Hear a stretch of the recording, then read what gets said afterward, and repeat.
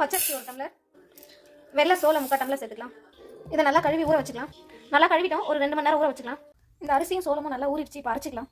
கொஞ்சமாக டேஸ்ட்டுக்காக உப்பு சேர்த்துக்கலாம். நல்லா அரைச்சிட்டு வந்துட்டோம். இப்போ இதை ஒரு பாத்திரத்தில் சேர்த்துக்கலாம். இந்த வாழைப்பழத்து கூட சக்கரை சேர்த்து அரைச்சிக்கலாம். தேவையான அளவு நாட்டு சக்கரை சேர்த்துக்கலாம். அரைச்சிட்டு இதே மாவில் சேர்த்துக்கலாம். நல்லா மிக்ஸ் பண்ணிக்கலாம். கொஞ்சமாக சோடா உப்பு சேர்த்துக்கலாம். இப்போ எல்லா குழியிலையும் கொஞ்சம் கொஞ்சம் எண்ணெய் ஊற்றிக்கலாம். இப்போ எண்ணெய் காஞ்சிச்சு ஊற்றிக்கலாம்.